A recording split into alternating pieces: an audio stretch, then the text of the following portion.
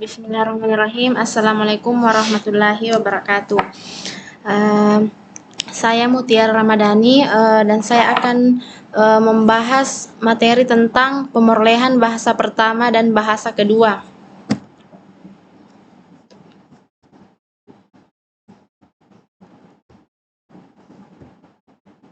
Hakikat pemerolehan bahasa.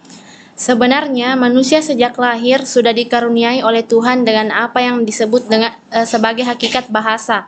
Manusia secara bawaan diprogram untuk memperoleh bahasa. Pemerolehan bahasa anak melibatkan dua keterampilan, yaitu kemampuan untuk menghasilkan tuturan secara spontan dan kemampuan memahami tuturan orang lain.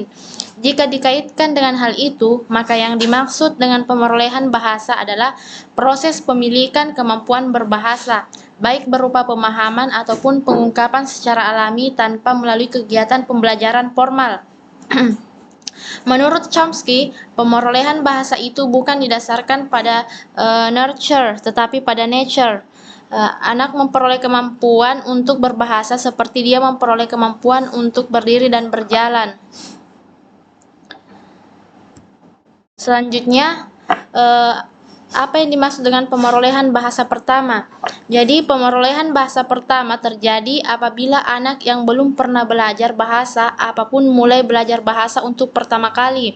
Anak yang belajar satu bahasa disebut dengan eka bahasawan atau monolingual. Selanjutnya, faktor-faktor yang berkaitan dengan pemerolehan bahasa pertama. Yang pertama, ada perkembangan kognitif anak, yang kedua ada perkembangan sosial anak, dan yang ketiga alat pemerolehan bahasa yang dibawa sejak lahir, dan yang keempat ada tahap-tahap dalam pemerolehan bahasa pertama. Nah, yang pertama perkembangan kognitif anak. Ada beberapa unsur yang penting yang berkaitan dengan perkembangan jiwa atau kognitif dalam penguasaan bahasa pertama seorang anak, yakni perkembangan nosi-nosi atau yang disebut dengan notion seperti waktu, ruang, modalitas, dan sebab akibat. Contohnya, seorang anak perempuan bernama Ani mengatakan kalimat berikut pada waktu dan tempat yang berbeda. Jadi semua huruf R masih diucapkan L. Contohnya, ada kata kemarin, Ani pergi ke kebun binatang yang artinya waktu yang lampau, sebulan yang lalu, bisa juga berarti suatu hari libur atau seminggu yang lalu. Nah, selanjutnya apabila seorang anak menggunakan ujaran-ujaran yang bentuk-bentuknya benar atau gramatikal, ini belum berarti bahwa ia telah menguasai bahasa pertama, karena dapat saja ia memberi arti lain pada kalimat-kalimat yang diucapkannya. Selanjutnya, perkembangan sosial anak. Melalui bahasa, khususnya bahasa pertama, seorang anak belajar untuk menjadi anggota masyarakat. Bahasa pertama menjadi salah satu sarana untuk mengungkapkan perasaan, keinginan, pendirian, dan sebagainya dalam bentuk-bentuk bahasa yang dianggap tinggal atau menetap. Ia belajar pula bahwa ada bentuk-bentuk yang tidak dapat diterima oleh anggota masyarakatnya dan bahwa ia tidak selalu boleh mengungkapkan perasaannya secara gamblang. Contohnya, Ani pernah berkata, makanan ini tidak enak. Ketika ia datang berkunjung ke rumah teman orang tuanya, ia juga pernah berkata, "Loh, rumah ini kok jelek," dan lain-lain. Jadi ujaran-ujaran secara gamblang dari seorang anak masih diampuni atau dimaklumi, tetapi ia harus sudah mulai belajar bahwa ada norma-norma atau aturan budaya tertentu yang harus diperhatikan, yang mungkin berubah dengan kemajuan zaman. Ia juga sudah mulai berkeinginan yang kuat untuk menyatu dengan teman sebayanya, seperti dia menggunakan kata-kata asyik atau kece dan sebagainya demi untuk menyatu dengan temannya. Selanjutnya, alat pemerolehan bahasa yang dibawa sejak lahir atau disebut dengan innate. Seorang anak yang normal akan memperoleh bahasa pertama dalam waktu relatif singkat, kira-kira usia 2-6 tahun. Meskipun bahasa pertama yang didengar di sekelilingnya bukan bahasa pertama yang gramatik, menurut Chomsky, ini bukan karena anak itu memperoleh rangsangan atau stimulus saja, lalu ia mengadakan respon, tetapi juga karena setiap orang sejak lahir atau innate dilengkapi dengan perangkat peralatan atau device yang memungkinkannya memperoleh bahasa pertama. dinamakan dengan Language Acquisition Device atau LAD, atau peralatan pemerolehan bahasa inilah yang membedakan manusia dengan hewan. Selanjutnya ada tahap-tahap pemerolehan bahasa pertama. Yang pertama ada yang disebut dengan tahap pengocehan atau babbling stage. Kalau seorang anak telah berumur kira-kira 6 bulan, ia mulai mengoceh. Dalam tahap ini, anak itu mengucapkan sejumlah besar bunyi ujar yang sebagian besar tidak bermakna dan sebagian kecil penggal kata yang bermakna hanya karena kebetulan saja. Yang kedua, ada tahap satu kata, satu phrase atau holoplastic stage.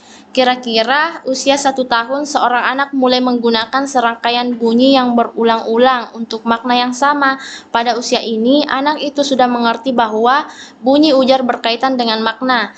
Tahap ini dinamakan satu kata sama dengan satu frase atau kalimat. Contoh, kata mam, jadi artinya itu saya minta makan. Jadi cuma ada satu kata yang terdiri dari satu frase. Selanjutnya tahap 2 kata satu frase. Kira-kira pada usia 2 tahun, seorang anak mulai mengucapkan ujaran-ujaran yang terdiri dari 2 kata. Dalam tahap ini, anak itu menggunakan rangkaian dari ucapan satu kata dengan intonasi seakan-akan ada 2 ucapan. Contohnya, Ani mam, jadi artinya Ani mau minta makan. Selanjutnya ada tahap menyerupai telegram. Jadi, apabila seorang anak sudah mampu menggunakan lebih dari 2 kata, maka jumlah kata yang dipakai dapat 3 atau 4 bahkan lebih. Pada usia kira-kira 2 tahun, anak itu sudah mulai menguasai kalimat-kalimat yang lebih lengkap. Selanjutnya, pemerolehan bahasa kedua atau bahasa asing. Pemerolehan bahasa kedua dapat terjadi dengan bermacam-macam cara pada usia berapa saja, untuk tujuan bermacam-macam dan pada tingkat kebahasaan yang berlainan. Pemerolehan bahasa kedua terdiri dari 2 macam, yaitu ada pemerolehan bahasa kedua yang terpimpin dan ada pemerolehan bahasa kedua yang alamiah. Nah, pada pemerolehan bahasa kedua yang terpimpin, ini adalah pemerolehan bahasa kedua yang diajarkan kepada pelajar dengan menyajikan materi yang sudah dipahami. Ciri-ciri pemerolehan bahasa kedua seperti ini, bahwa materi tergantung pada kriteria yang akan ditentukan oleh guru. Sering ada ketidakwajaran dalam penyajian materi terpimpin ini, umpamanya penghafalan pola-pola kalimat tanpa pemberian latihan-latihan bagaimana menerapkan pola-pola itu dalam komunikasi. Penyajian materi dan metode yang digunakan itu dapat juga berhasil asal kondisi-kondisi belajar demikian menguntungkan pelajar sehingga tidak menghambat kemajuan pemerolehan bahasa kedua. Selanjutnya, pemerolehan bahasa kedua yang secara alamiah, yakni pemerolehan bahasa kedua secara alamiah atau spontan adalah pemerolehan bahasa kedua atau asing yang terjadi dalam komunikasi sehari-hari, bebas dari pengajaran atau pimpinan guru. Pemerolehan bahasa seperti ini tidak ada keseragaman dalam caranya, sebab setiap individu memperoleh bahasa kedua dengan caranya sendiri-sendiri.